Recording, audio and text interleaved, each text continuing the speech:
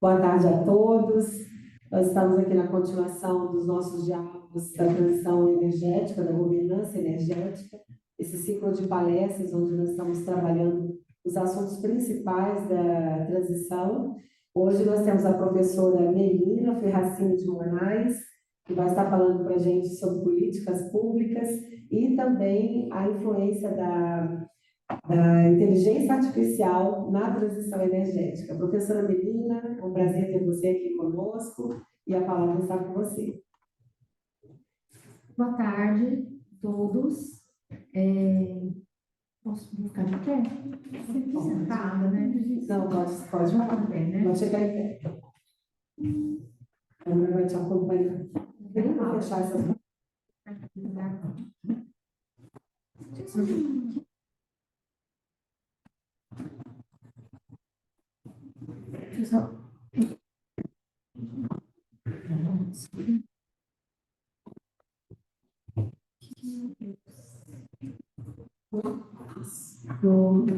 Prontinho.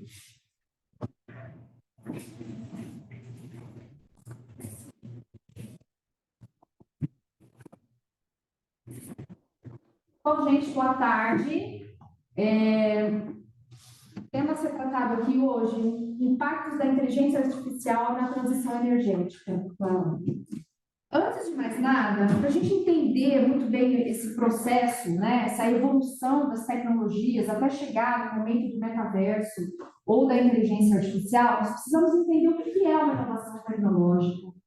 Como que, teoricamente, a gente pode sustentar uma inovação tecnológica? Quem são os atores que promovem normalmente uma inovação tecnológica?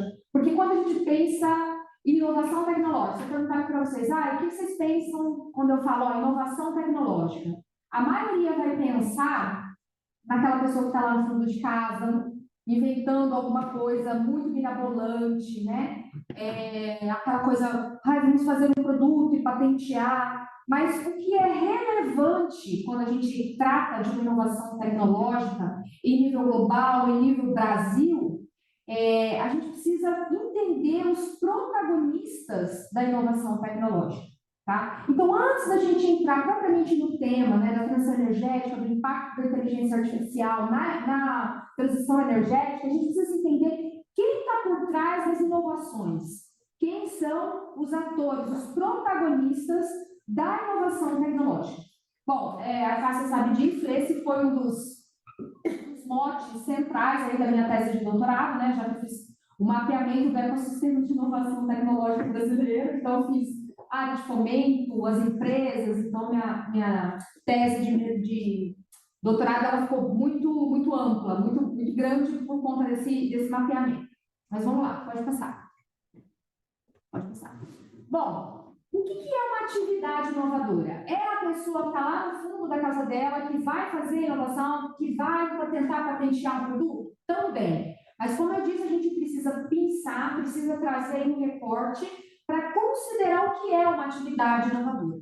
Uma atividade inovadora é um conjunto de processos, busca, descoberta, experimentação, desenvolvimento, imitação, como fizeram aí os nossos queridos chineses durante muito tempo, né? Eles imitaram os produtos e até estabelecer um polo industrial dentro lá da China e começar a fabricar seus próprios produtos. Eles fizeram muito bem isso. Adoção de novos produtos, novos processos e novas técnicas organizacionais. Tudo isso, esse conjunto de procedimentos novos, constitui o que a gente chama de atividade inovativa. Muito bom. Atividade inovadora ou inovativa, ela envolve um grau de incerteza? Sim, porque a gente sabe muito bem como vai começar, mas não tem muita certeza de como vai terminar. Tá? Então, sempre que a gente vai trabalhar com atividade de inovação ou inovação, a gente vai trabalhar com incerteza. Inteligência artificial, incerteza. A gente está com várias incertezas, várias caixinhas abertas sobre como regulamentar uma inteligência artificial, sobre o que a gente vai fazer para aplicar a melhor forma, né, de a gente aplicar isso no âmbito educacional, no âmbito empresarial. Por quê? Porque a gente está trabalhando com incertezas. Não está trabalhando com uma coisa, 1 mais 1 é 2, né? Bom, aí, o que vai depender a atividade inovadora? Primeiro, em investimento. A gente vai precisar de investimento para a gente ter alguma inovação relevante que tenha um impacto social e econômico dentro da sociedade, né? Então, é isso que eu disse. A gente vai pensar lá na pessoa que está lá na garagem, beleza, ela também pratica uma atividade inovadora. Mas aqui nós vamos considerar uma atividade inovadora, inovativa, aquela que é relevante social e economicamente. Ok? Bom, além disso, além desse investimento, além do grau de incerteza, além do grau, né, de experiência adquirida com os erros e os acertos de uma atividade inovativa, nós também temos os agentes econômicos. Agentes econômicos, ou seja, aqueles agentes que vão atuar como protagonistas, por um lado, investindo em inovação e, por um outro lado, também reproduzindo ou difundindo essa inovação, ou um produto inovativo, tá? Então, quando eu penso em alternativas tecnológicas e atividade tecnológica, eu tenho sempre que considerar os agentes econômicos. Muito bem. Considerando ainda outros protagonistas da atividade inovadora, a gente sabe que existe uma tríplice hélice. O que é essa tríplice hélice dentro da atividade de inovação? Bom, a inovação relevante, econômica e socialmente, ela é produzida com a integração de 3 protagonistas essenciais: Estado, empresa e academia. Você já deve ter ouvido falar sobre os núcleos de inovação, os NITs, né, dentro das faculdades ou dentro de polos educacionais. Tudo isso, gente, é uma tentativa... O que aconteceu? Essa tela não está sendo... Não está sendo exibida? Então, share. Ah. Share screen. Ali, precisa...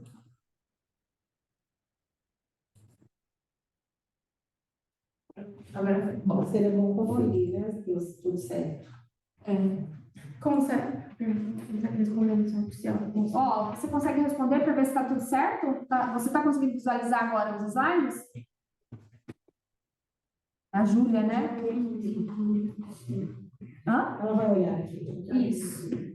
Bom, Sim. então a gente trabalha dentro desse processo de inovação com algo relevante social e economicamente, protagonistas econômicos e os protagonistas que vão trabalhar também para que esse processo aconteça. Estado, academia e o polo empresarial ou as empresas, tá? Tudo isso junto produz uma atividade inovativa. Pode passar. Só? Bom, e o que a inovação tem a ver com a sustentabilidade? Esse é o grande ponto, né? A gente precisa fazer uma intersecção com a temática desenvolvida aqui. Qual é o grande ponto da inovação para a sustentabilidade? Ou para a gente produzir aí, ou para a gente proporcionar, né, questões sustentáveis via empresa, via academia e Estado. Como que vai funcionar essa intersecção? Bom, a gente vai produzir inovação tecnológica para quê? Visando o progresso, sempre visando o progresso, né? E o progresso ele vai acontecer como? Normalmente de uma forma desordenada. Nós vamos ver aqui daqui a pouco tem um autor maravilhoso também, que sustentou toda a minha tese de doutorado, que ele adora falar sobre isso. Então, como que acontece o desenvolvimento? Desenvolvimento econômico é o mesmo que o desenvolvimento humano? Não, não são a mesma coisa. Desenvolvimento econômico são práticas que a gente adota, né, ou metas que a gente estabelece, o Estado estabelece, os agentes econômicos estabelecem metas para serem alcançadas, visando o quê? Lucro. Nós estamos sob a égide de uma sociedade capitalista. Então, qual é o grande mote de tudo isso? O lucro. Nós vamos visar o lucro. As empresas, o próprio Estado, né, quanto à sua atividade empreendedora, também visa o lucro. Então, dentro dessa proposta de desenvolvimento econômico, estabelecendo metas, objetivos, eu tenho o quê? Um crescimento. Tenho um crescimento, tá? Posso ter aí um boom especulatório, posso ter uma oportunidade de mercado surgindo nova, posso ter N possibilidades. O desenvolvimento humano, nós, ele está desatrelado ao desenvolvimento econômico, porque ele depende mais do quê? Mais de oportunidades para desenvolvermos as nossas capacidades humanas, tá? E também, sujeitos que somos, né? Direitos e garantias constitucionais, também vamos pensar em um desenvolvimento humano equiparado àquilo que diz a nossa Constituição Federal, direito à saúde, direitos e garantias fundamentais, tá? Então, quando a gente fala em sustentabilidade, buscando aí um conceito trazido pela ONU, o que quer dizer isso? A gente fala em desenvolvimento sustentável. Desenvolvimento sustentável é o desenvolvimento capaz de suprir as necessidades da geração atual, garantindo a capacidade de atender às necessidades das futuras gerações. Então, pera lá, vou fazer esse desenvolvimento econômico, vou fazer esse desenvolvimento humano, mas esse desenvolvimento tem aqui que garantir o bem-estar dessa população agora e também para o futuro, para uma geração futura. Nós estamos falando aqui de um meio ambiente onde tudo isso vai acontecer, desenvolvimento econômico e desenvolvimento humano. Esse ambiente aqui, eu preciso assegurar que esse ambiente onde vai acontecer, vai ser o palco do acontecimento da inovação tecnológica e do desenvolvimento humano e econômico, ele seja capaz de suprir as nossas necessidades agora, preeminentemente, e para o futuro, para daqui para frente. Quando eu penso em desenvolvimento sustentável, é isso que tem que vir na tela da minha cabeça. Desenvolvimento sustentável, garantir agora para que haja também para gerações futuras. Então, qual é a ligação da inovação tecnológica e desenvolvimento econômico?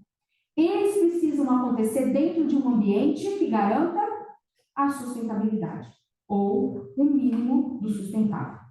Então, quando a gente coloca aí o desenvolvimento, a inovação tecnológica, as novas tecnologias e o meio ambiente, a gente vai pensar em duas pontas. Primeiro, um desenvolvimento econômico, a garantia do funcionamento da economia, lucro, valor, e todos aqueles conceitos econômicos, mas também uma conservação ambiental.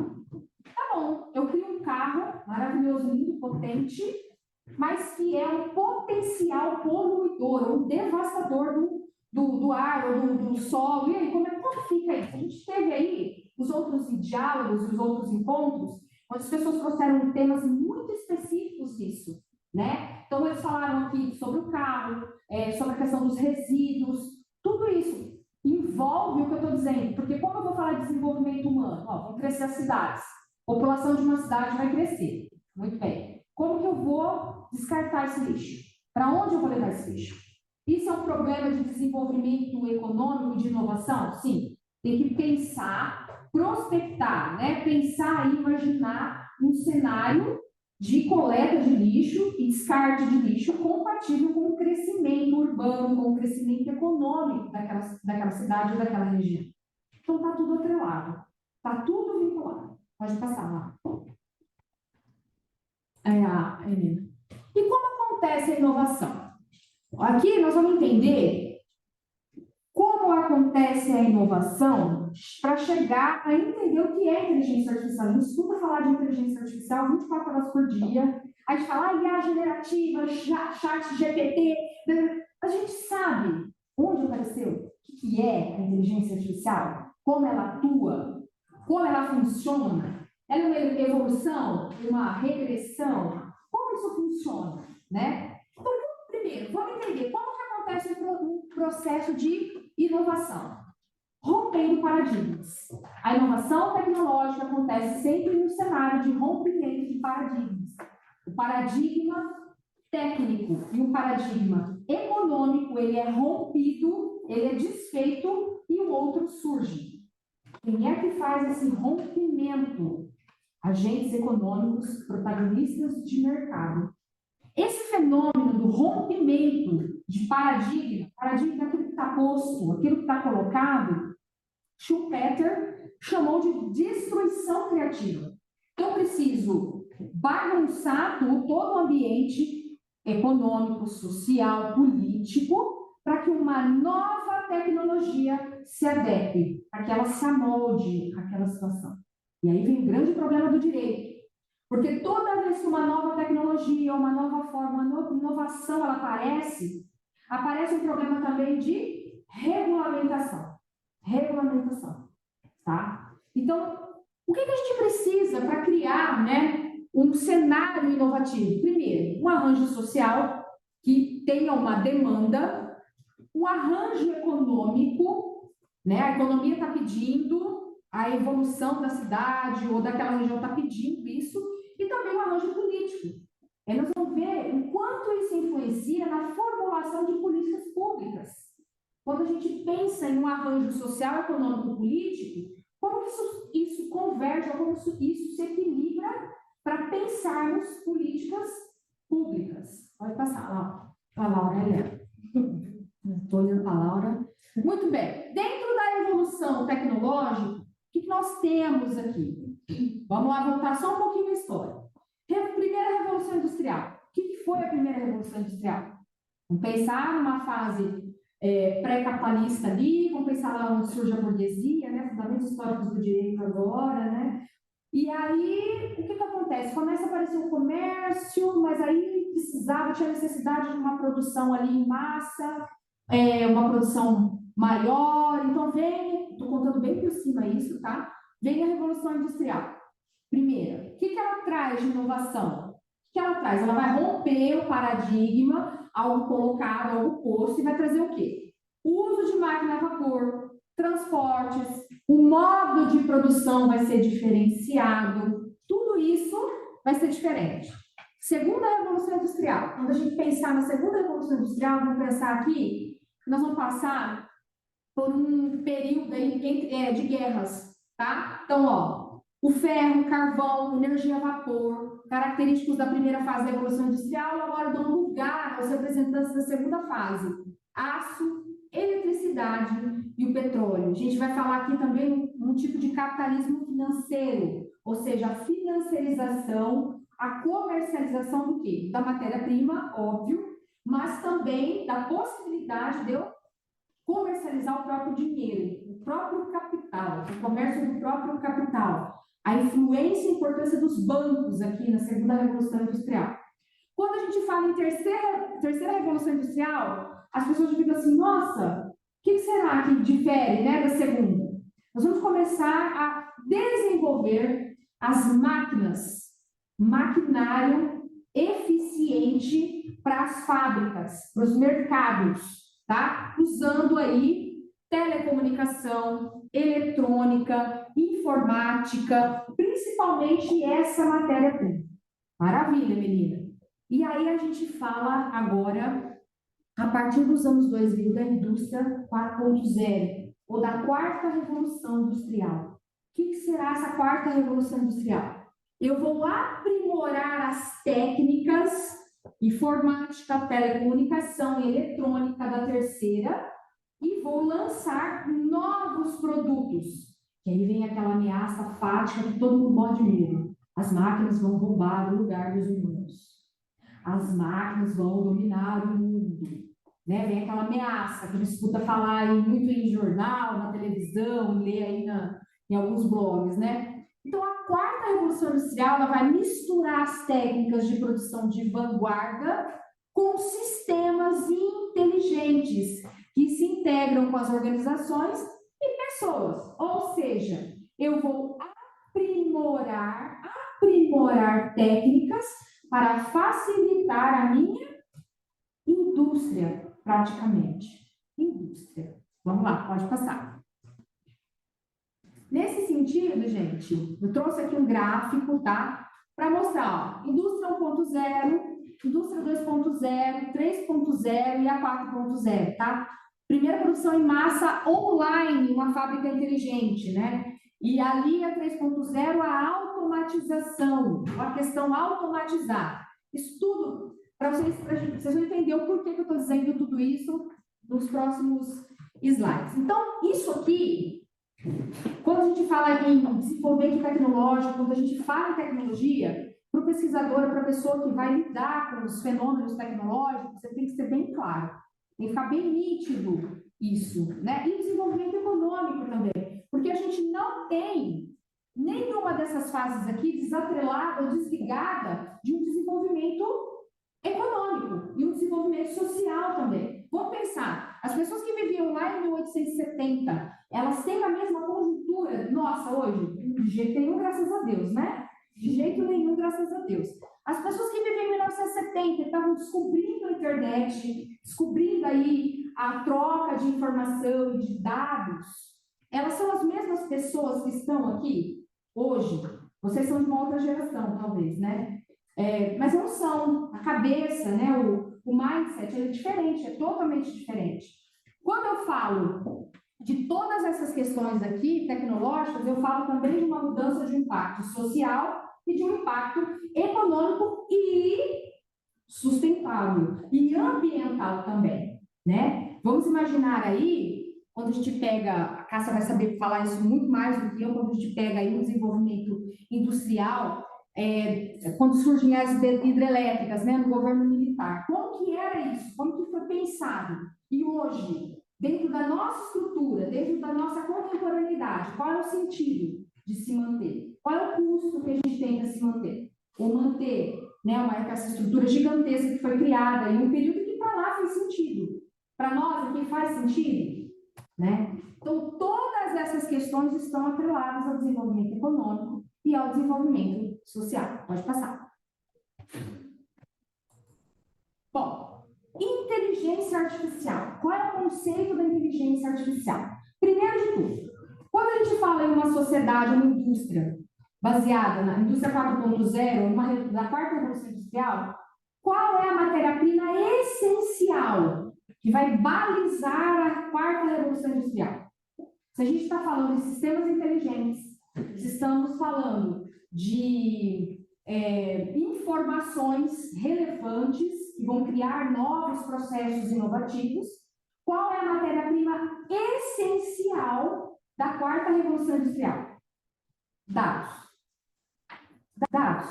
Vamos trabalhar com dados, algoritmos. Já estou ouvindo falar dessa palavrinha. Por quê?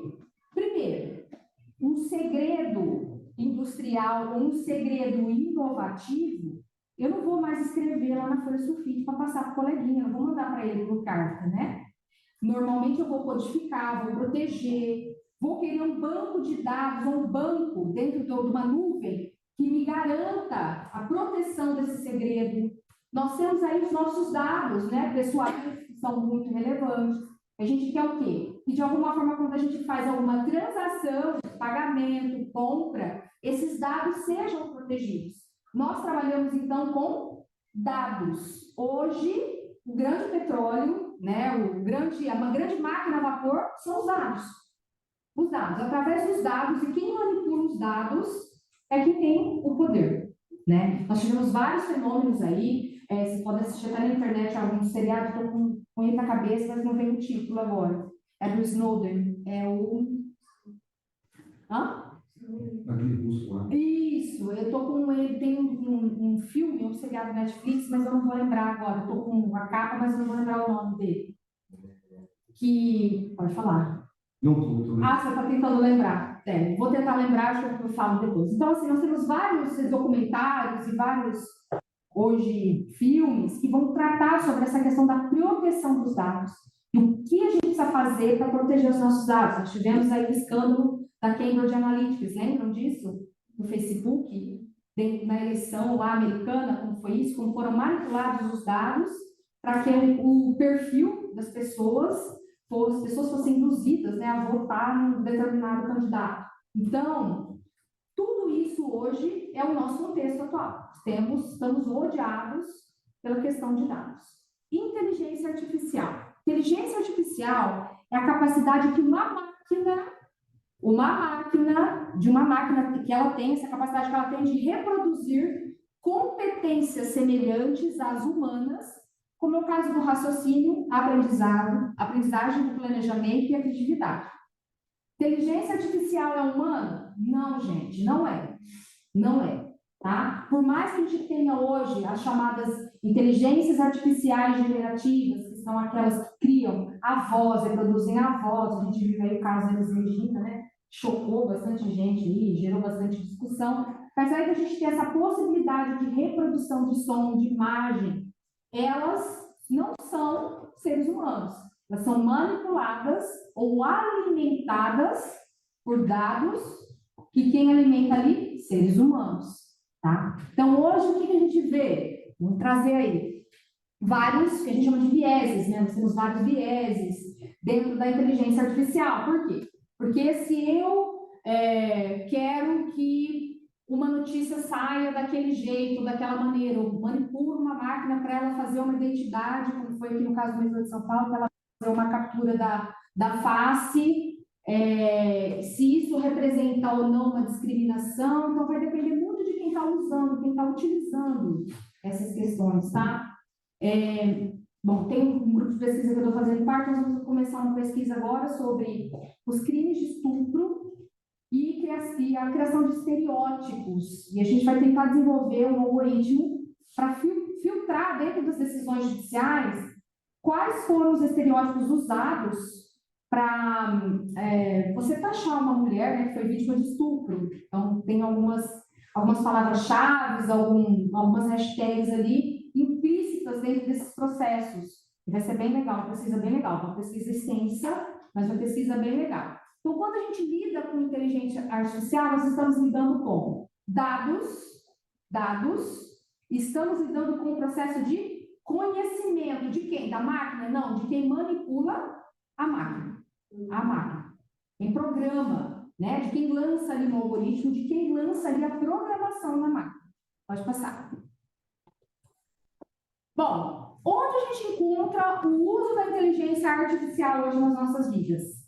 Smartphones, né? Ou assistentes pessoais digitais, sistemas de ar-condicionado inteligente, a internet das coisas, Alexa, aspiradores conectados à internet, frigoríficos, relógios, carros autônomos, compras e publicidade online, a agricultura inteligente, que vai entrar aqui, irrigação, alimentação de animais, robô para remoção de ervas daninhas, robôs utilizados em fábricas.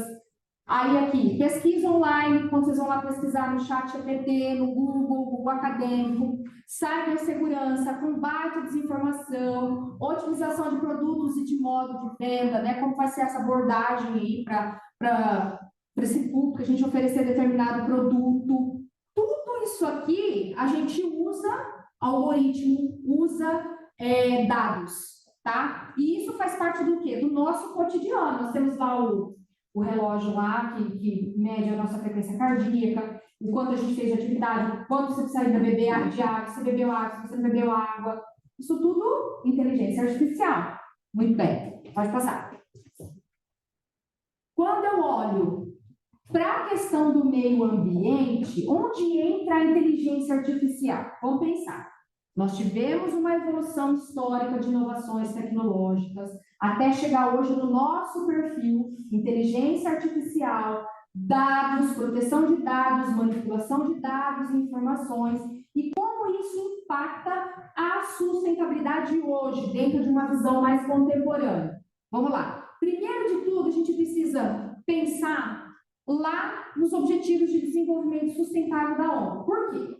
Porque dentro desses Objetivos de Desenvolvimento Sustentável, vão estar presentes o quê? O que vocês acham? Objetivos de Desenvolvimento Sustentável. A ONU, uma entidade bem credibilizada, ela vai, de alguma forma ou de alguma sorte, estabelecer metas e critérios para quê?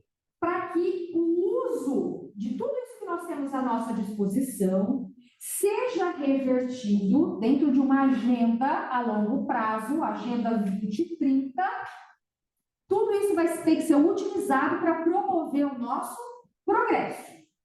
Então, vamos lá. O que a gente tem quando a gente olha para um progresso humano, um desenvolvimento econômico mais humanizado? O que a gente tem que olhar? Aqui ele estabelece esse objetivo, são 17 objetivos, tá? Então, se tem várias áreas humanas, áreas da cidadania, área mais empresarial, econômica, o dilema das redes, isso mesmo, Harrison, obrigada, viu?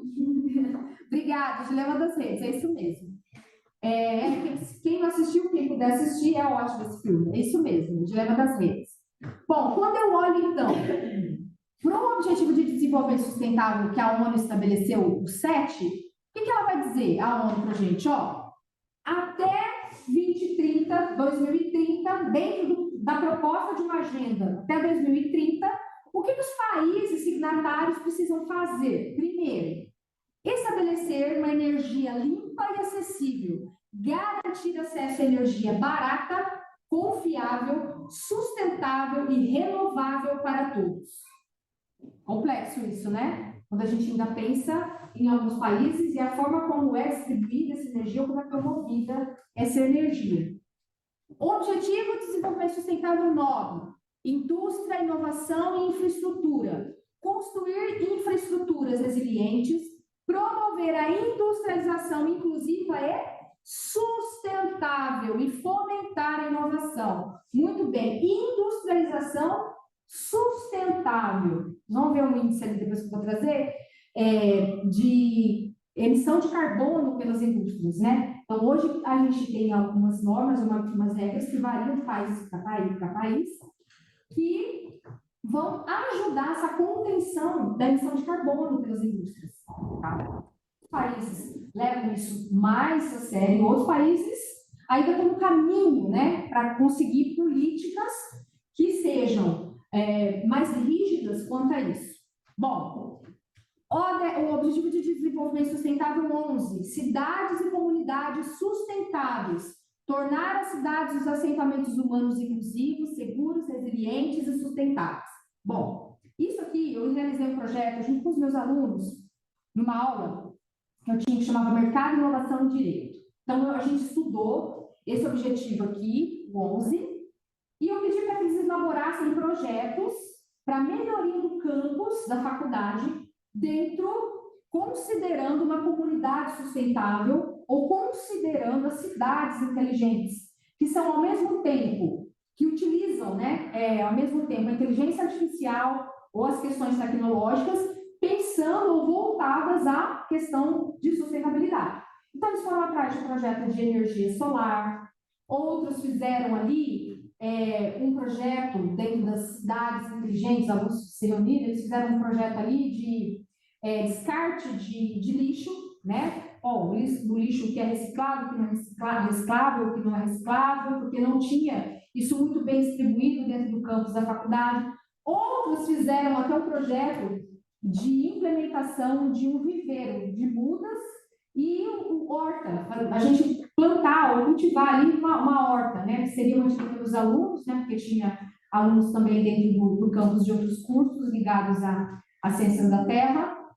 Então, assim, vieram projetos muito bons, ligados às questões de sustentabilidade usando a tecnologia. Então, eles criaram as maquetes, criaram o planejamento, e foi um projeto melhor do que o outro. A gente levou esse projeto para a direção acadêmica e para a direção da faculdade, e um dos projetos eleitos agora, né, pelo menos nessa outra fase, foi o projeto da energia solar, para tirar o custeio, né, assim, dar uma balanceada ali, né, no custeio, enfim, com gasto de energia elétrica. Então, foi eleito, enfim, foi um projeto, eles pensaram assim, então eles saíram pelo campus, olharam lá, tal, pesquisaram com a base teórica, eles trouxeram soluções dentro de comunidades sustentáveis e cidades inteligentes, dentro de Smart Cities e a sustentabilidade. Pode passar.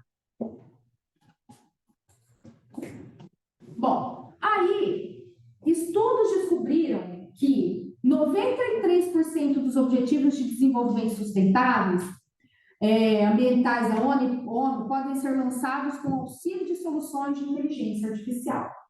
Então, quando eu penso em uma indústria resiliente e sustentável, quando eu penso ali em uma cidade inteligente ou uma comunidade inteligente, tudo isso, se eu conseguir criar mecanismos de inteligência artificial que vão nos dar, né, ou nos proporcionar um controle de todo o gasto, né, da emissão de carbono, enfim, tudo isso aqui poderia ser alcançado 93% dos objetivos, são 17, 93% deles, todos, né, se você pensar em uma questão tecnológica e de inteligência artificial, eles podem otimizar ou acelerar esses objetivos para cumprirem sua meta. Além disso, os casos de uso habilitados para IA têm o potencial de ajudar as organizações a atingir até 45% de suas reduções de intensidade de emissões econômicas até 2030 ou 2030, dependendo do setor. Então, vamos lá. Por quê, gente? Porque eu sou capaz de desenvolver uma máquina, um produto, que vai monitorar a minha emissão de gás carbônico. Eu posso criar um robô, ou um projeto, ou uma inteligência artificial que me ajude a controlar o gasto de energia dentro da residência. Nós vamos ver que ele existe aqui. Um gasto de energia dentro da residência, um gasto de controle de energia. Então, para lá, que período que eu posso economizar mais energia? Que período que eu posso emitir, né, menos poluentes? Então, tudo isso pode ser viabilizado ou acelerado mediante a criação de robôs ou de uma inteligência artificial para nos ajudar. Vamos lá. Bom, inteligência artificial e transição energética. Eu trouxe aqui alguns 3 pontos principais, tá? Alguns, né? São vários. Mas o que eu considero aqui um pouco mais viável dentro de uma ordem prática para a gente pensar no que a IA, ou a inteligência artificial, pode nos beneficiar. Bom, primeiro, redes inteligentes, consumo de eletricidade otimizado e mobilidade elétrica. 3 pontos principais, tá, gente? Não que sejam esses e sejam um rol, façam parte de um rol taxativo, mas eu trouxe assim para a gente pensar realmente a respeito disso. Então, utilização de redes inteligentes, consumo de eletricidade otimizado e a mobilidade elétrica. Pode passar. Bom, quando eu falo de redes inteligentes e consumo, o que são redes inteligentes?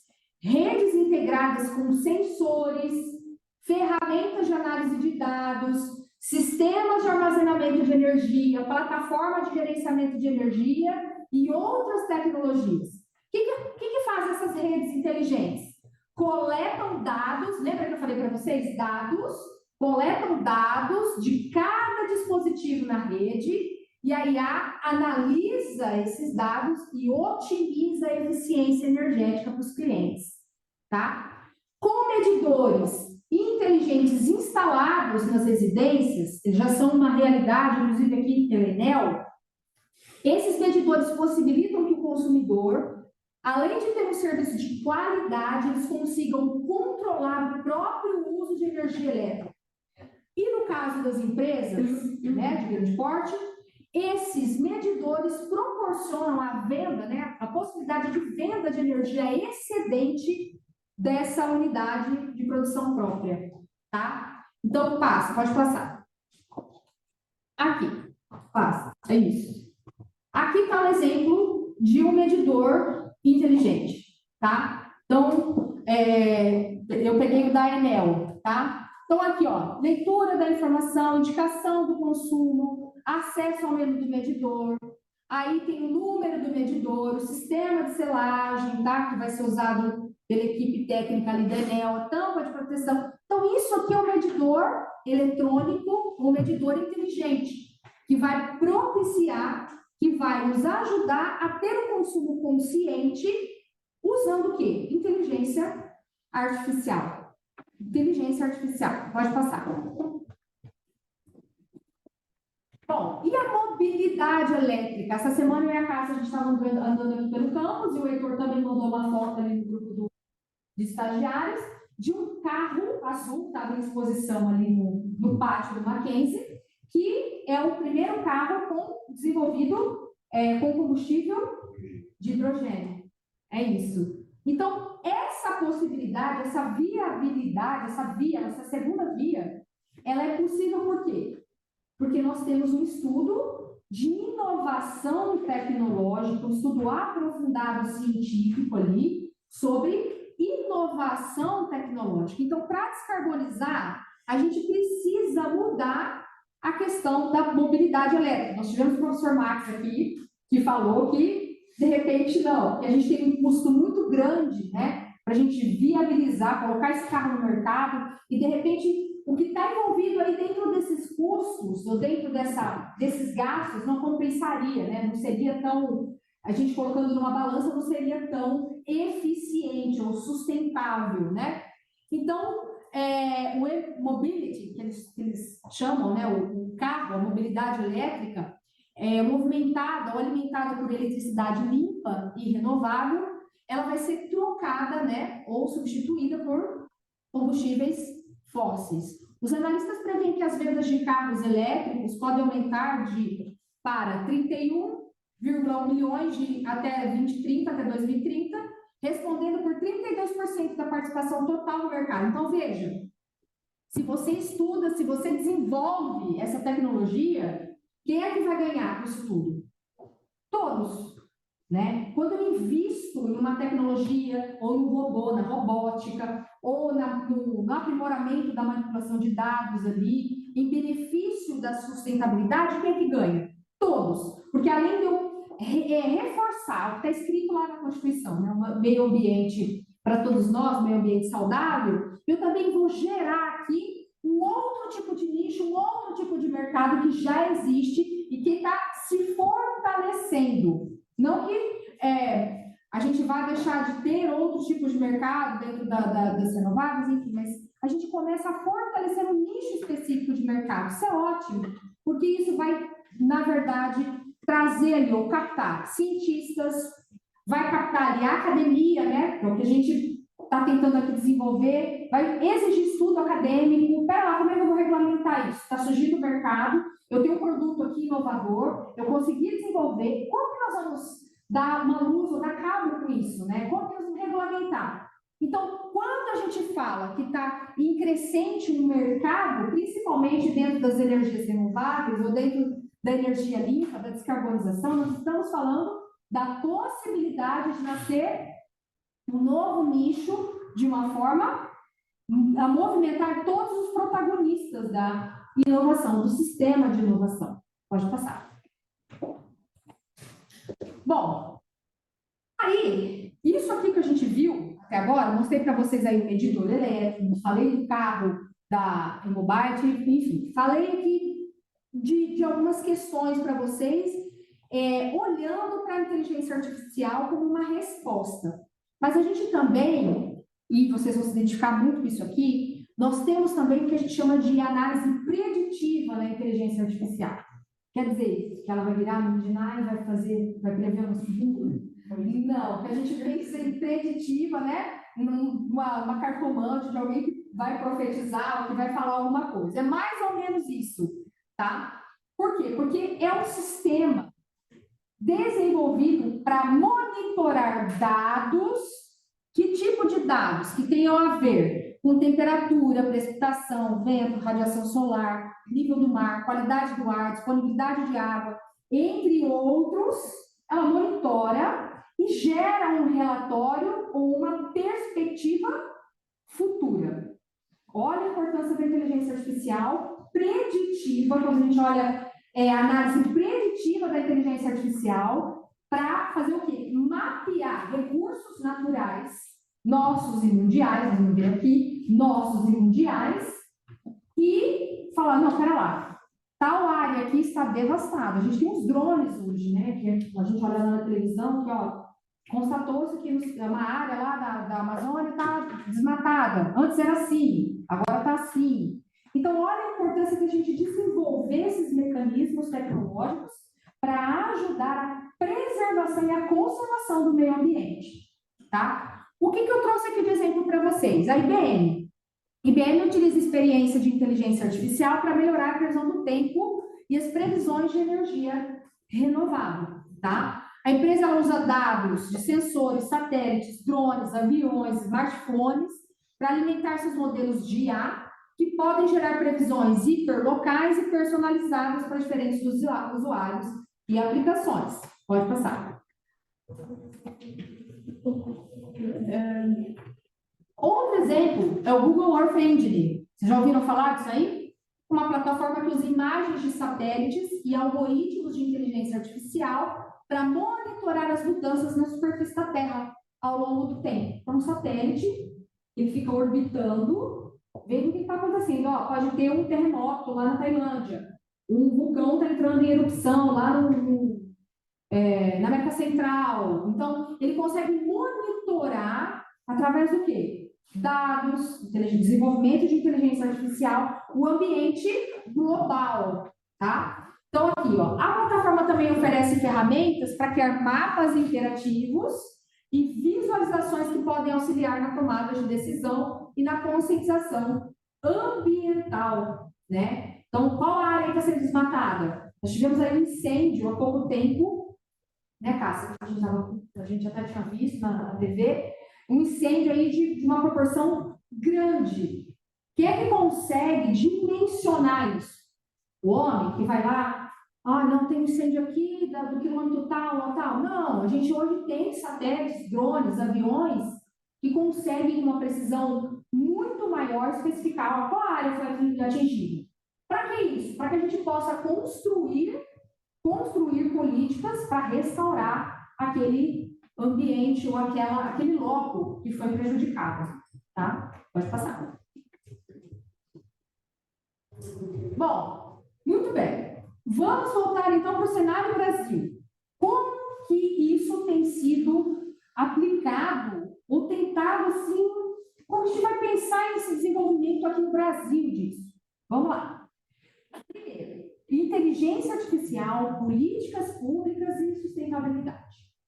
Disse para vocês agora que a quarta revolução industrial trouxe a inteligência artificial, né, sistemas inteligentes. Expliquei tudo aqui para vocês, coloquei, mas como que nós vamos colocar isso na prática? Para funcionar. Por quê? Vamos pensar que uma empresa, hoje, que ela tem um capital para investir em pesquisa científica, ela é uma empresa que se destaca. Né? E ela se destaca em todos os aspectos. Por quê? Porque ela consegue manter um sistema de compliance dentro da sua empresa, né? Ela consegue ali pensar investimento de inovações que estão dentro de parâmetros internacionais de segurança.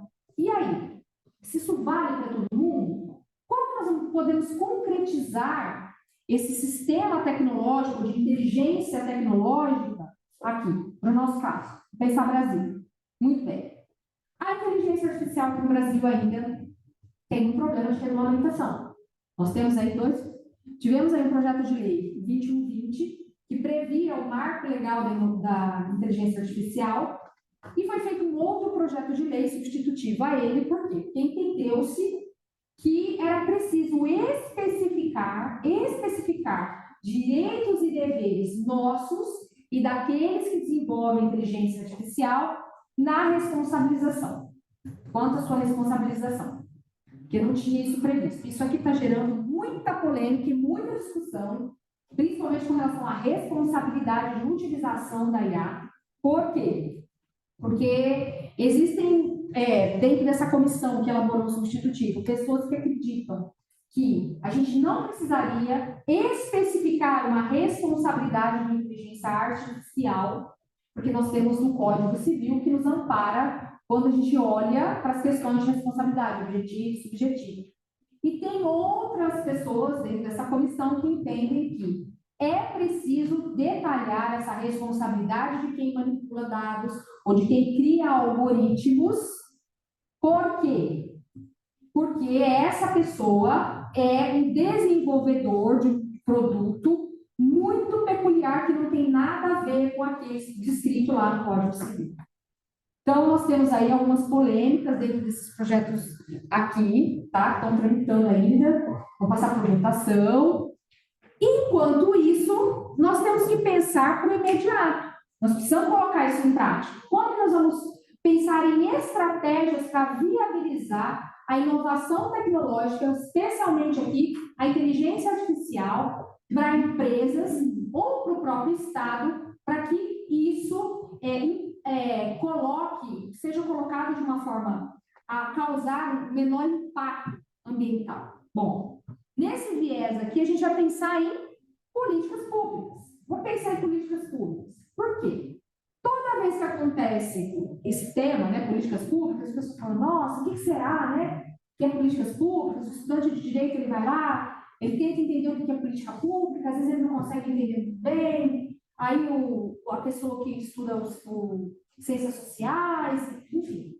Vamos lá. Hoje, vocês não vão esquecer, porque meus filhos estão aqui. O que são as políticas públicas? Conjuntos de programas, ações, decisões tomadas pelos governos nacionais, estaduais, municipais, com a participação direta ou indireta de entes públicos ou privados, que visam assegurar determinado direito para vários grupos da sociedade ou para um determinado segmento social, cultural, étnico ou econômico. O que eu preciso? Eu tenho a lei, eu tenho o agente público. O que normalmente o agente público faz quando ele olha para a lei? Ele aplica a lei, não é? Ele olha lá para a lei está estabelecida, um conjunto de normas ali, uma coisa bem russeliana, né? Conjunto de normas, então ele olha para aquela lei e precisa aplicar. Muito bem, mas quando ele vai aplicar, existem situações tão peculiares e situações tão particulares que a aplicação pura e simples daquela lei para um caso concreto, a subsunção, olha eu aqui, né? Viajando dentro da teoria do direito, a subsunção não satisfaz. Então, você precisa ir além. Por quê? Porque quando eu lido com um direito, um parâmetro de direito, eu não estou lidando só com uma coisa inanimada, eu estou lidando com pessoas, situações ou impactos sociais. Então, eu preciso que esses governos locais, regionais, federais, federal, enfim, eles elaborem políticas ou programas que viabilizem a aplicação daquele direito de forma a olhar para o impacto social e desenvolvimento econômico. Exemplo, vou dar outro exemplo aqui, a política de cotas. Quando a gente olha a política de cotas, o que foi estabelecido dentro da política de cotas? Dentro de uma análise estritamente jurídica aqui, sem falar de A, B ou C. Bom, existe uma minoria que, por questões históricas, não teve acesso ao ensino, ou não teve um protagonismo dentro da história, apesar de ser maioria, né? Não teve um protagonismo e não tem acesso à educação superior. O que eu vou fazer? O que está na lei? A educação é Direito. direito. Muito bem. Vou aplicar aqui. Ok. Mas e aí? A educação que eu estou fornecendo, ela é universal? Então, a educação precisa ser universal. Não. O que eu estou percebendo? Que lá nos bancos acadêmicos, eu tenho um perfil de aluno que é branco, que tem uma outra ascendência ou descendência, XPTO, e aí as outras pessoas, por que não estão tendo acesso? Então, pera, o que a lei diz? Ela diz isso. Eu preciso aplicar a lei, mas dentro desse contexto social, eu preciso criar um programa, um direcionamento. Para quê? Para que a lei seja efetiva ou efetivada, tá? Então, quando eu falo em políticas públicas, eu vou falar desse viés de efetivação da lei, de eficácia da lei. Muito bem. Inteligência artificial. Como é que eu vou criar uma política pública para inteligência artificial? Disse aqui, acabei de dizer para vocês, de uma política pública num viés social. E de inteligência artificial? E de inovação? Será que ao longo da nossa história, Brasil, nós tivemos políticas de inovação? Sim, tivemos. Né? Desde a era Vargas, vamos voltar lá na era Vargas, a industrialização pesada. Então, de alguma forma, nós tivemos ali uma nascente de políticas públicas. Depois, conforme os governos foram se construindo ou passando, essas políticas públicas de inovação tecnológica também existiram. Elas foram fortemente recomendadas e fortemente executadas dentro do governo militar. Por quê? Porque eles criaram estruturas gigantescas, estradas, a própria construção da usina hidrelétrica. Então, nós tivemos políticas de inovação aos montes. E aí vem a década de 80, que é chamada década perdida para a inovação. Porque é um limbo, a gente não teve um desenvolvimento econômico e tecnológico muito significativo. né? Aí nós temos a década de 90, que começa aí com o investimento estrangeiro, retomamos, né? Investimento estrangeiro na economia, tivemos que refazer uma política de inovação, uma política tecnológica. Então, essas políticas de inovação, elas sempre existiram. Por qual lado? A gente pode falar por um lado de demanda, ou seja, um estímulo, né, da demanda, vir de lá para cá, como também uma política pública de inovação vindo de cima para baixo, né, do Estado para as empresas. Isso sempre aconteceu. E agora, menina, como é que nós estamos com uma estratégia, um planejamento diante da inteligência artificial, diante da possibilidade da quarta revolução industrial? Pode passar, né? Bom, primeiro aqui eu trouxe para vocês o ciclo das políticas públicas. Como que a gente vai construir essa política pública? Esse programa, vamos pensar em política pública como um programa. Primeiro, eu vou avaliar, isso aqui é a política das contas para vocês, de uma forma bem rápida. Eu vou avaliar o que é que está precisando ser feito, vou formar uma agenda. Realmente, isso aqui é um problema a ser enfrentado? Quais são os agentes envolvidos no enfrentamento desse problema? O Estado, os empresários, o Estado em âmbito nacional, estadual, municipal, o que eu vou precisar? Né? Qual a importância desse tema? Quais são os agentes envolvidos? Vou formular essas políticas, ou seja, diante de uma agenda, combinação de agendas, estabelecendo os agentes, estabelecendo toda a temática, eu vou fazer o quê? Vou ver aí quem é que pode realmente me ajudar com a formulação de políticas. Beleza, formulei a política, vou implementar, primeiro tomo a decisão, dentro das várias possibilidades levantadas na formulação de políticas, eu tomo uma decisão de qual delas deve ser implementada e parto, então, para a implementação. Detalhe, além da implementação, depois de um período, ela precisa ser revista. Então, uma política pública, ela é montada, ou ela é pensada, um programa pensado com um prazo para começar e um prazo para terminar, para atingir o objetivo. Ela precisa atingir o objetivo. Então, qual é o objetivo, sei lá, da política de cota? Proporcionar o ensino universal, o ensino equiparado, brancos, negros, enfim. É isso. Dentro de um período, eu vou avaliar essa política. Ela foi eficaz? Ela cumpriu seu papel? Cumpriu. Tem ainda, então, uma razão para que ela exista? Eu preciso avaliar essa política. Né? Não é só a gente formulando políticas à torta e à direita e deixando as coisas correr. A gente precisa de uma avaliação, de um feedback para ver se isso foi implementado. Muito bem, pode passar. Dentro do Brasil, aqui, quando a gente pensa em inteligência artificial, em 2020 foi feito um estudo ou montado uma estratégia de inteligência artificial. Existe esse documento, só entrar lá no Ministério da Ciência, Tecnologia e Inovação, está lá. Estratégia Brasileira de Inteligência Artificial. O que foi feito? Vamos pensar, então, numa grande política pública, tá? Que envolveu 3 etapas. Primeiro, contratação de assessoria especializada em inteligência artificial, o governo fez isso, benchmarking nacional e internacional e processo de consulta pública. Então, o governo estabeleceu uma estratégia de aplicação de inteligência artificial aqui no Brasil, em quais moldes? No molde de uma política pública. Muito bem. O que envolve essa estratégia de inteligência artificial montada pelo Ministério da Ciência, Tecnologia e Inovação? Bom, o principal objetivo dela é potencializar o desenvolvimento e a utilização da tecnologia com vistas a promover um avanço científico e solucionar problemas concretos no Brasil, identificando áreas prioritárias nas quais há maior potencial de obtenção de benefícios. Fácil, Helena, por favor. Eixos que foram feitos ou estabelecidos. O que nós vamos colocar aqui como parâmetro para estabelecer uma política pública grande, nacional?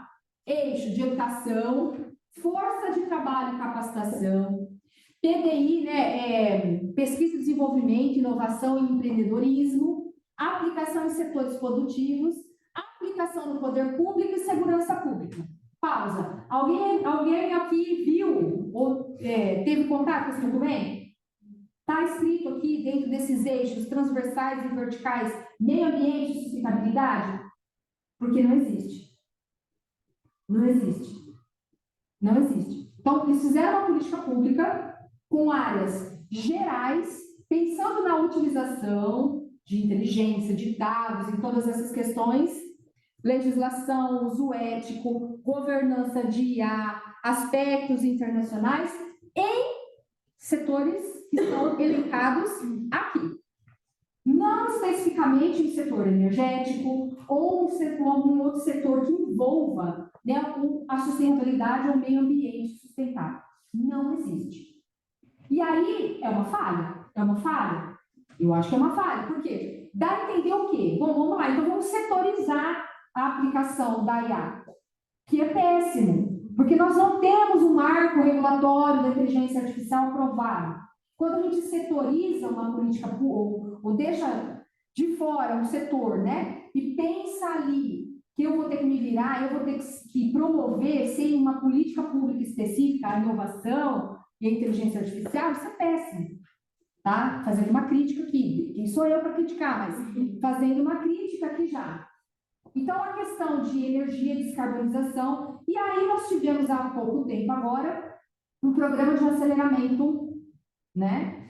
Foi por um acaso? Será aquilo? Quando a gente olha para essa estratégia ou para essa política de inteligência artificial, o que ficou de fora aqui? O meio ambiente. E o que é que o outro governo tenta fazer para compensar tudo isso? Isso aqui veio de 2020 e 2021. O que o outro governo tenta fazer? Vamos tomar medidas aqui, então, para que a gente acelere ou crie programa para acelerar a questão da sustentabilidade, usando o quê? Uma força tecnológica, uma força inovadora.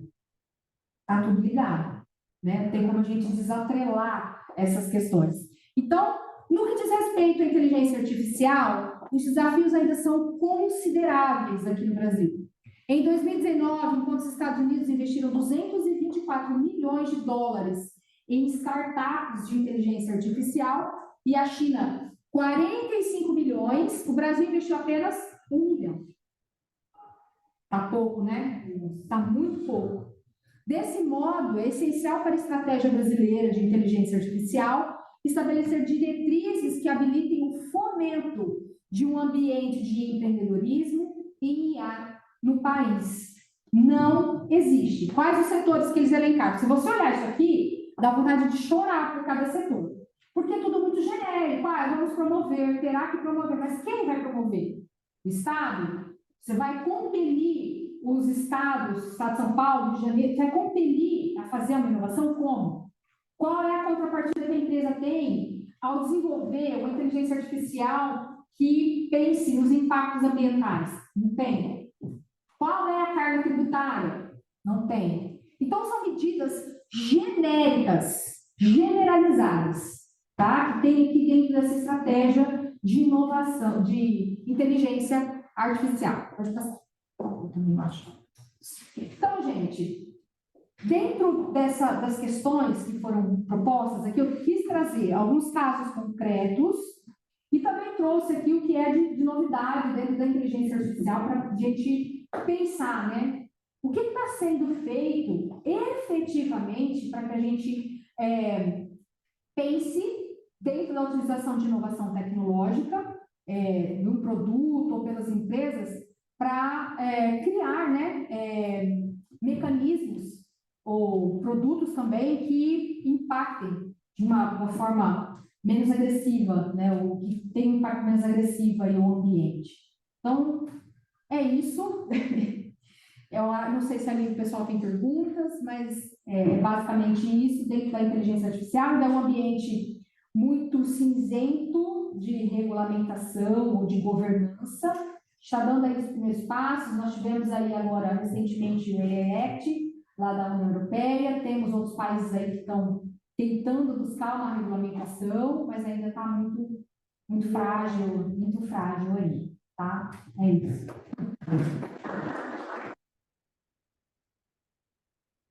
Eu vou só abrir aqui os comentários, né, e passar para as perguntas. O primeiro comentário, que a gente está falando aqui sobre inteligência artificial e E pensando, né, que dentro da inteligência artificial, o ponto que ela disse, nós temos aqui uma coleção de dados que são alimentados por alguém.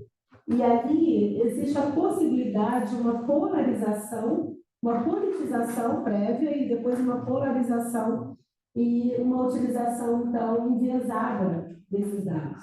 Então, esse é um grande perigo hoje. O que eu quero dizer?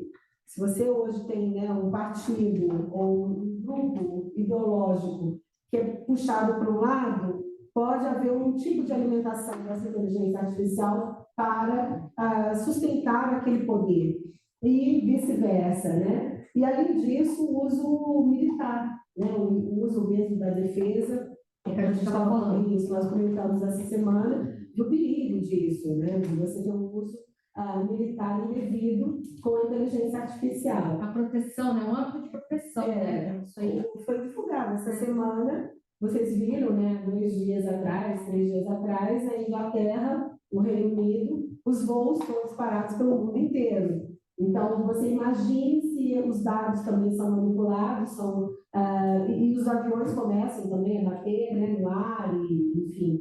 Então, quantas coisas podem acontecer? Quer dizer, já começa ali uma ameaça de um país inteiro ficar refém de um ataque. Foi divulgado como um cyber attack, uma forma de cyber attack. Pode ter sido um problema, um plug, né? Mas disseram que era um. Então, isso pode acontecer, a gente está percebendo isso. E dentro pensando aqui numa forma mais positiva de utilização dessa tecnologia, e é claro que a gente sabe que isso pode avançar essa transição energética. Quando a gente olha hoje os dados da transição energética, a gente está tendo muita dificuldade em avançar com essa pauta. A Europa, por exemplo, por conta dos processos geopolíticos e da retomada pós-pandemia, o aumento da utilização do carvão foi visível. Chegou até a 20% do aumento e tiveram que religar as termoelétricas. A diminuição da utilização do gás natural, que vinha da Rússia, volte e meia eles fechavam, diziam que tinha um problema técnico, fechavam, deixavam de abastecer a Europa, então a Europa tinha que religar as suas termoelétricas.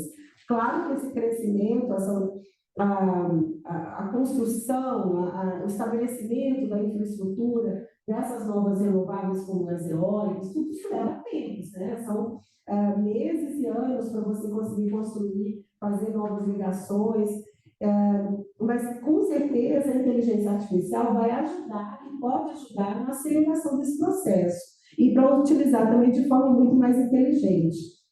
Eu queria fazer uns comentários sobre as políticas públicas, porque esse é um tema que eu queria chamar a atenção de vocês, porque é um tema raiz aqui. Nós estamos dentro de um centro de estudos avançados em políticas públicas, então é muito importante vocês entenderem como funciona esse ciclo das políticas públicas e as teorias que estão presas ali dentro desse ciclo, por exemplo. Lembrei aqui, né, da garbage can, né? Não sei se vocês já ouviram falar nessa teoria da lata de lixo, já ouviram falar? Às vezes vem aqui um problema muito grande, surge um problema e precisamos resolver, então os políticos começam a buscar soluções, dentre outras alternativas, várias alternativas que já surgiram e que foram jogadas ali, né? Na gaveta, no lixo. Então, essa é a teoria, né? Então, eles pegam uma solução ali correndo e trazem para esse ciclo. Vocês viram ali, antes da tomada de decisão, o problema ele tem que entrar na agenda. E muitas vezes o problema não está na agenda. Se você olhar há 5 anos atrás, esses assuntos de mudanças climáticas, transição energética, eles raramente entravam, às vezes lá na terceira, quarta coluna do jornal. Nunca na primeira página. Hoje, raramente vai estar na primeira página. Então, ele entrou na agenda de políticas públicas. A transição energética hoje faz parte. Até poucos anos atrás, não fazia. Tá? Então, hoje ela está aqui dentro desse ciclo de políticas públicas. A professora Melina falou, ela chamou a atenção da questão da avaliação, né?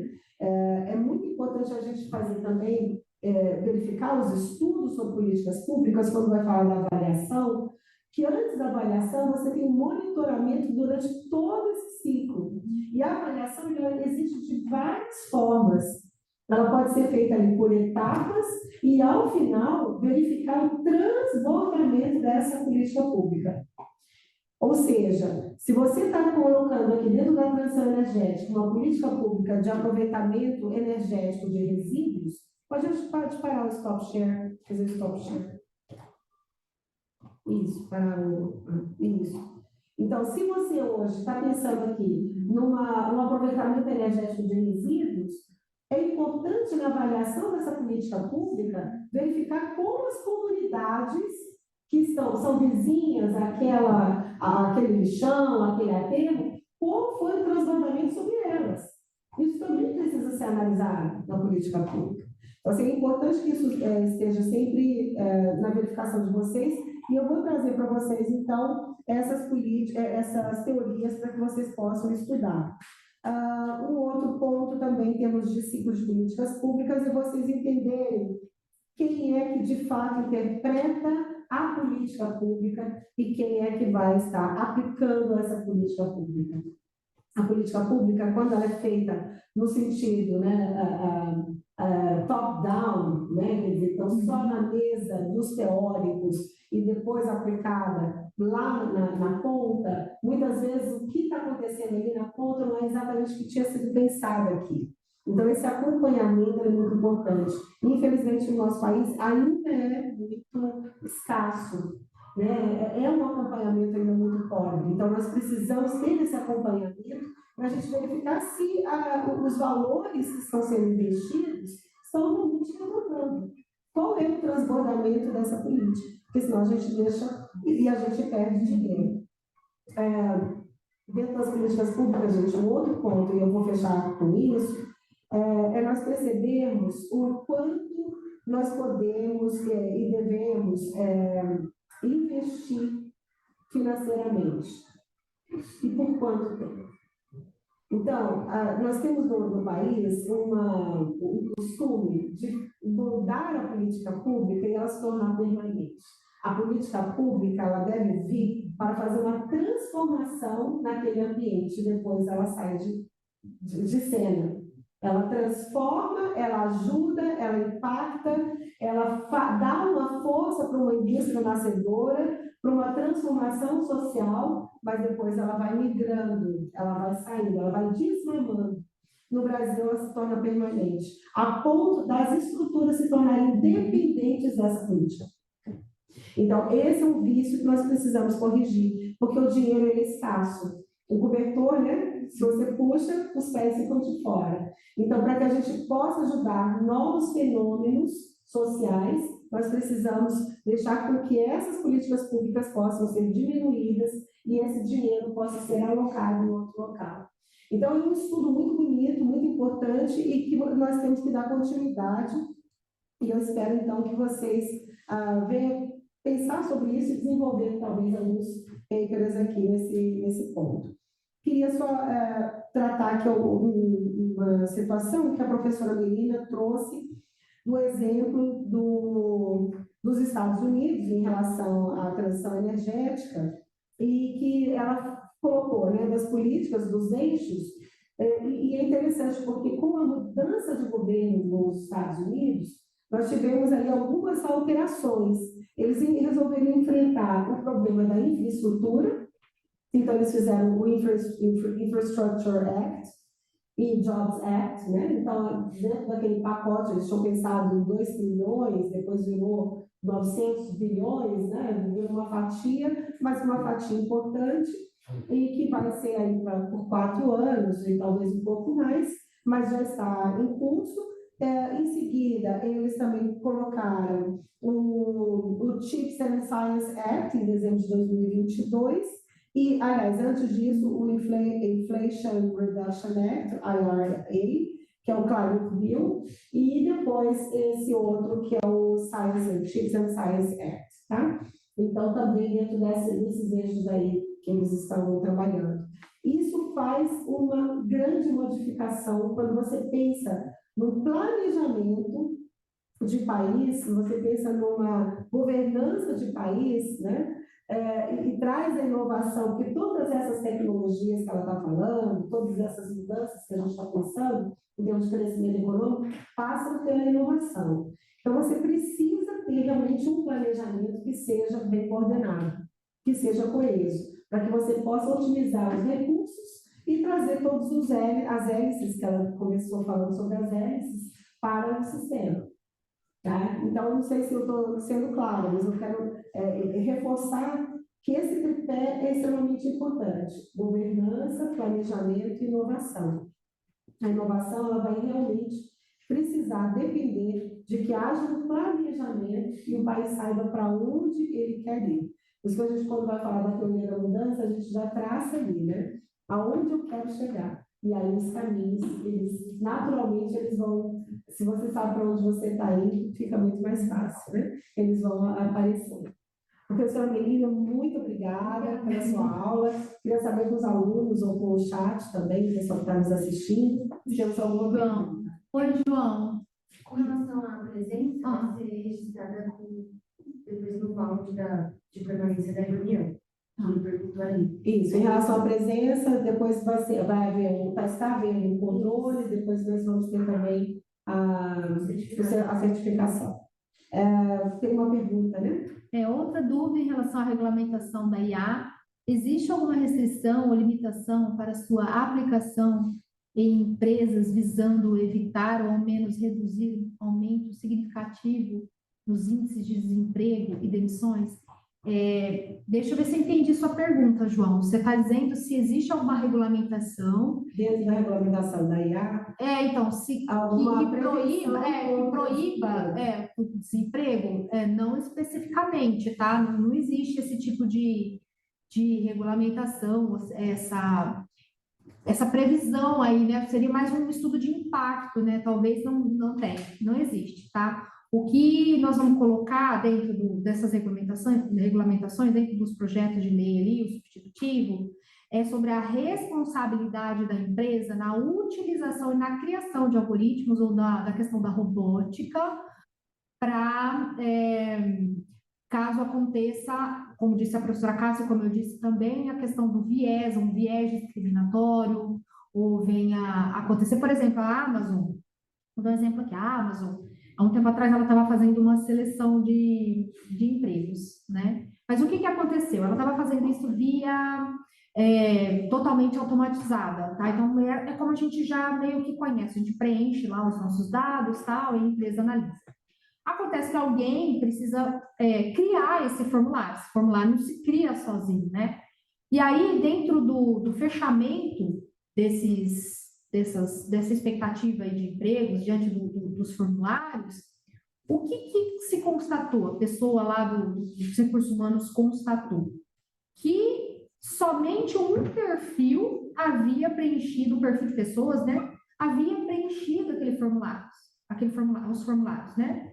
E então verificou-se que quem elaborou aquele formulário deixou de fora uma determinada faixa etária e uma condição também de gênero ali para a contratação de pessoas. Então, a grande questão é como que a gente vai responsabilizar essas empresas quando esses vieses acontecerem, ou quando isso acontecer? Quem é que vai ser responsável? Aquele que fez o formulário? Aquele que veiculou esse formulário? Essas são as responsabilizações, o tipo de responsabilidade que o projeto de lei aí ele vai visar, ele vai tentar trazer para a gente, tá? Mas não quanto ao impacto do desemprego ou a questão das demissões. Interessante. Mais alguém? Eu queria fazer uma pergunta em relação. A gente discutiu aí em relação aos investimentos, né, professora Cássia falou também sobre a forma como deve ser visto o investimento nas políticas públicas. E uma dúvida que eu fiquei, na verdade, enfim, um questionamento que me veio se até em âmbito privado já é difícil o investimento, porque é um alto custo para você fazer a adaptação produtiva e tudo mais, quais seriam, então, algumas formas que a gente tem que pensar para que, sendo a política pública vinda do Estado, como é que a gente consegue garantir esse investimento, né? Porque se é o Estado quem projeta a política pública e ele precisa investir, então seriam através de estratégias de fomento, não sei, fiquei na cabeça assim, como que a gente pode pensar? Então, que a gente faz essa dobradinha, né? Ela sabe que eu adoro esse assunto. Existem dezenas de instrumentos, tá? Você citou um deles, que é a questão do fomento, né? Mas existem vários incentivos. Por exemplo, você tem as compras governamentais, você tem as encomendas governamentais, você tem selos, você tem certificações, você tem os mercados de carbono, que dentro do ciclo produtivo, depois eles podem, né, ajudar a ter o payback desses investimentos iniciais. E quando você pensa na teoria da inovação, você sabe que no início desse processo de inovação, aquele que tem a inovação e resolve encarar o risco dessa inovação, se der certo, ele vai ser o grande ganhador. Então, é esse que é o interessante, que os inovadores são aqueles que se arriscam e que podem perder, porque a tecnologia pode ter um trancamento tecnológico, pode surgir uma nova tecnologia mais barata, né, mais eficiente, mas pode ser que a dele seja a eficiente por bastante tempo. E ele sendo o primeiro, os outros são seus seguidores. Os seguidores recebem um valor, né, bem menor. Então, ele vai ter ali porque eu esqueci, porque eu estou com a palavra em inglês aqui. Mas, enfim, então eles vão receber um valor menor e agregado e não um valor principal. Tá? Então, lógico, os primeiros... Então, é aquela questão mesmo do mercado, de que aqueles que estão dominando a tecnologia, vocês viram agora, né? Parece que 95% dos celulares que estão sendo comercializados são de duas grandes marcas, porque eles têm ali têm tecnologias agregadas que são mais interessantes, então o público entra mais em contato. Isso vai servir para várias situações. E dentro das políticas públicas, existem também outras formas, né, a gente estava falando dos instrumentos, né? A cidade de Cuiabá, a gente estava comentando sobre o IPTU verde. Então, eles começaram a conceder ali um desconto para fazer com que as pessoas busquem um novo tipo de comportamento. É uma forma, é uma tecnologia jurídica isso, gente. É uma tecnologia regulatória. Tecnologia também está envolvendo aí a estrutura jurídica, a estrutura regulatória. A tecnologia não é só uma invenção, palpável técnica, mas também ela é intelectual no sentido jurídico, né? Então, uma legislação moderna, inovadora. Um outro instrumento que é interessante, né, que é pouco estudado ainda aqui no Brasil, é o nudge, que é o chamado empurrãozinho, né? Então, você é muito ligado isso ao marketing. Então, você torna bonito, torna moda aquele tipo de comportamento. É também uma inovação isso. Você fazer com que você deixar de jogar no lixo, espalhar o lixo, você guardar o seu resíduo, levar a sua sacolinha, né, de pano, enfim, é um outro comportamento. Então, isso faz com que fique moda. E aí você consegue, então, trazer uma nova sociedade mais verde. O nudge é você colocar ele na prateleira, né, na altura dos olhos, o produto que você quer que saia primeiro. Entendeu? Então, você fazer com que fique bonito, você parar na faixa de pedestre e deixar o pedestre passar.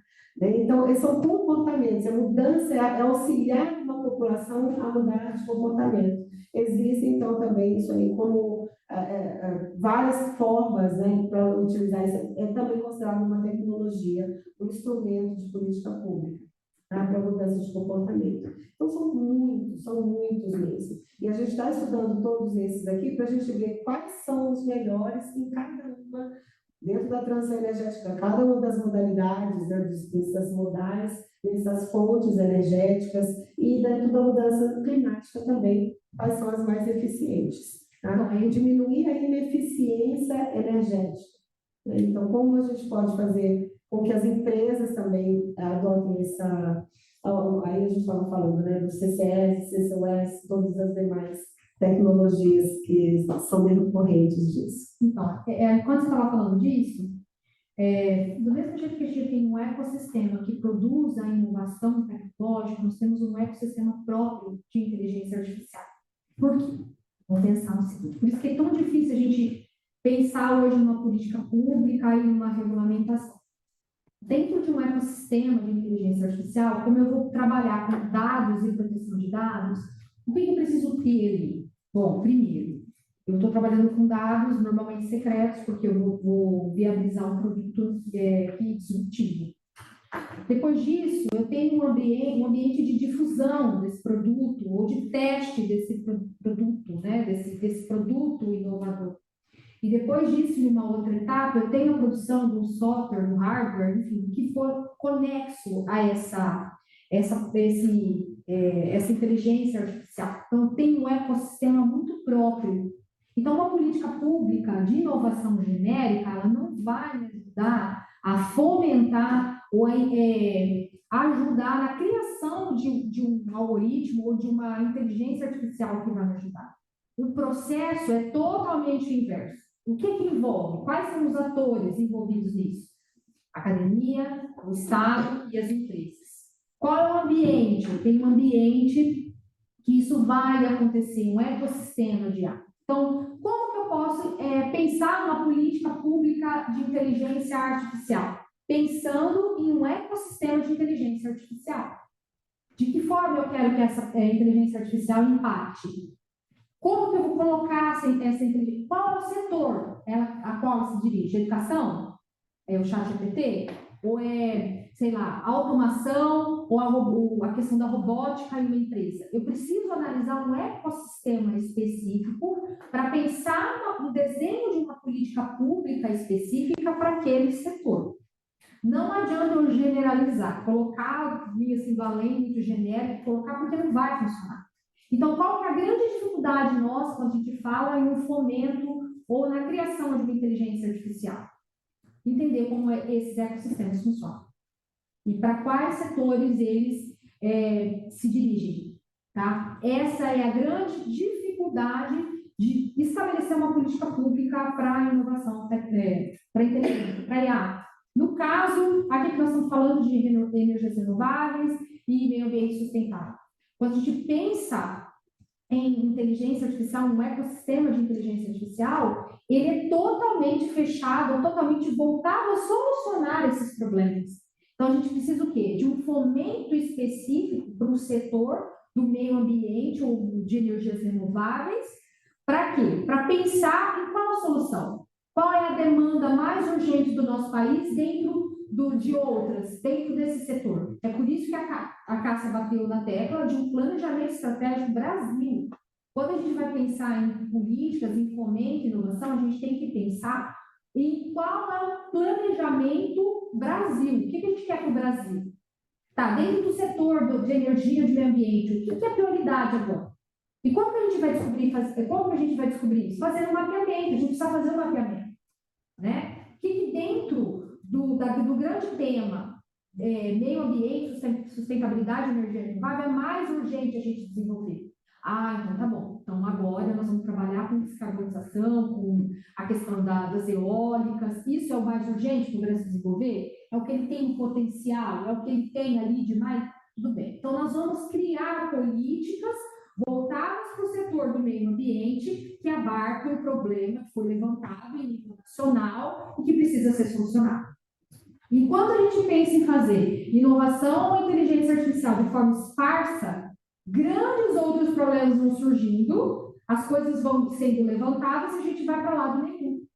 Que é o que ela fala, né, que a Cássia disse, da importância da gente traçar projetos e traçar um planejamento estratégico. Onde que a gente quer chegar? Onde a gente está? Onde a gente quer chegar? Caminho. Só também para falar mais uma coisa para você, João Pedro. Nós sabemos que essas tecnologias, elas são disruptivas, né? Uma palavra que já está bem batida, mas a verdade é essa. Elas fazem com que você saia de uma matriz para uma nova matriz.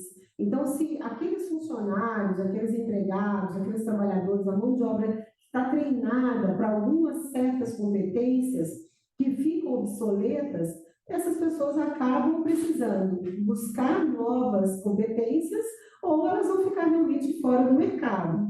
Isso acontece nos Estados Unidos, teve cidades que pediram falência, né? Então, a gente tem lá Detroit, tem cidades que foram pedindo falência mesmo, mas que depois elas se reinventam por meio de isenções, por pacotes de isenção para novas indústrias, novas usinas que passam então a ser instaladas ali. Isso leva, às vezes, uma geração inteira, leva ali alguns 10, 20 anos, traz problemas, mas, por outro lado, dentro, pensando no país, outras comunidades estão ganhando, estão crescendo. O que a gente precisa é que, dentro do nosso país, no Projeto Brasil, a gente esteja numa linha de crescimento. Porque o que pode acontecer são outras nações crescerem, utilizarem os ganhos, as vantagens econômicas desse novo sistema e o Brasil não aproveitar e ficar para trás. Então, essa é a nossa preocupação. O que eu quero dizer, se você pensar num município que é muito dependente da indústria fóssil no Brasil, esse município vai sofrer? Vai. Então, nós temos que pensar políticas públicas para ajudar essas comunidades, capacitá-las para as novas tecnologias, as novas oportunidades. Mas se nós não fizermos isso, né, e não aproveitarmos essas novas oportunidades como o Brasil, o país inteiro vai se lascar. Nós vamos precisar ficar à mercê de importações, né? E aí, economicamente, nós deixamos, então, os primeiros lugares. Tá? Então, isso aí é importante a gente lembrar que existe mesmo esse processo. Tá bom? 2 termos para vocês estudarem. TRL, né? TRL, Technology Readiness Level. Depois vocês estudam isso, a gente comenta. E o POC, que é o Proof of Concept. Proof, TRL e POC. P de papo. Tá bom? Depois a gente conversa mais sobre isso, porque já chegou às 16 horas, às 4 horas, no nosso momento.